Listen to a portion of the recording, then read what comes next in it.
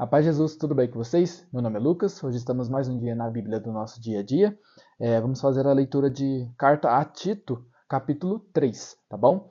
Mas antes de tudo, vamos fazer a oração do Espírito Santo para que ele possa nos guiar e nos conduzir durante essa nossa leitura. Em nome do Pai, do Filho e do Espírito Santo. Amém. Vinde, Espírito Santo, enchei os corações dos vossos fiéis e acendei neles o fogo do vosso amor. Enviai o vosso Espírito, e tudo será criado, e renovareis a face da terra. Oremos. Ó Deus, que instruíste os corações dos vossos fiéis com a luz do Espírito Santo, fazei que apreciemos retamente todas as coisas segundo o mesmo Espírito, e gozemos sempre da sua consolação, por Cristo Senhor nosso. Amém. Lembra a todos que devem sujeitar-se aos magistrados e às autoridades em geral, obedecer-lhes as ordens, ser prontos para toda boa obra, não injuriar ninguém, ser pessoas da paz, benevolentes, dando provas de mansidão para com todos.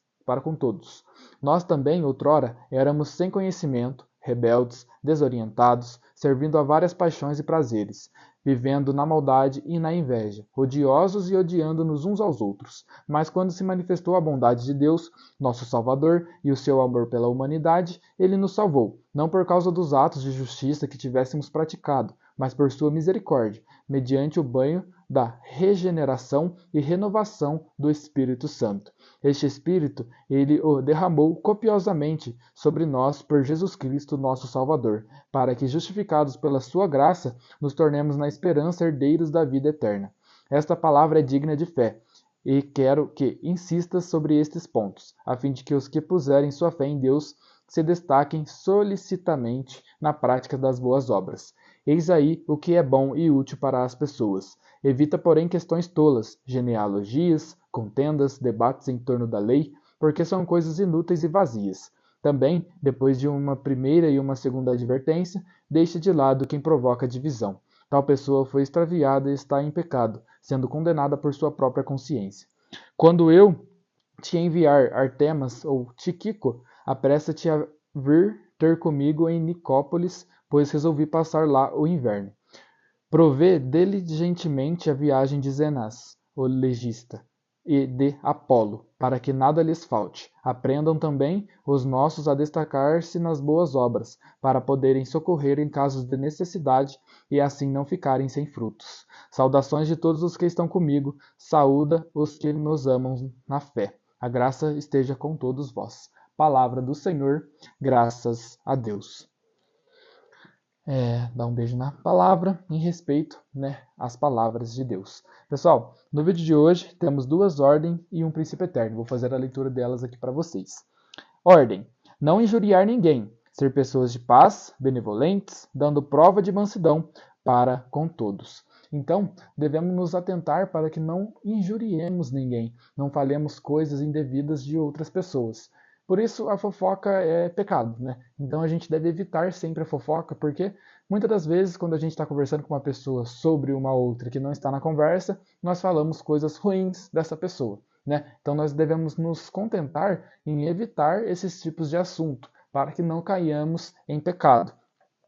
Não injuriar ninguém. Porque muitas das vezes as pessoas falam coisas que elas realmente não sabem sobre a vida da pessoa. Isso a pessoa está sendo injuriada, Estão falando mentiras sobre ela, estão falando coisas que não são verdadeiras.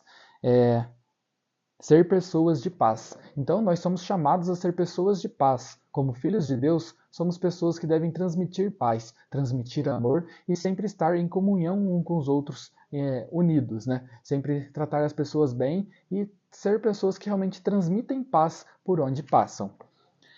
Benevolentes, dando prova de mansidão para com todos. Devemos ser mansos de coração, assim como Jesus. Devemos sempre usar Jesus como exemplo de como devemos agir no nosso dia a dia perante várias dificuldades que temos. Então devemos ter essa mansidão que Jesus tinha. Ordem. Evita, porém, questões tolas, genealogias, contendas, debates em torno da lei, porque são coisas inúteis e vazias. Então, é igual eu falei, Isso muito entra nas discussões tolas das fofocas, Então a gente deve se contentar em falar sobre coisas que realmente vão agregar à nossa vida, coisas sobre fé, coisas que realmente vão agregar, Porque se nós ficarmos discutindo coisas baboseiras, coisas que não tem nada a ver com a nossa fé, coisas que não vão nos agregar em nada, provavelmente a gente é capaz de a gente cometer um pecado em uma conversa boba que a gente está conversando no nosso dia a dia, né? Então a gente deve evitar sempre as questões tolas, genealogias, contendas, debates em torno da lei, porque são coisas inúteis e vazias. Princípio eterno.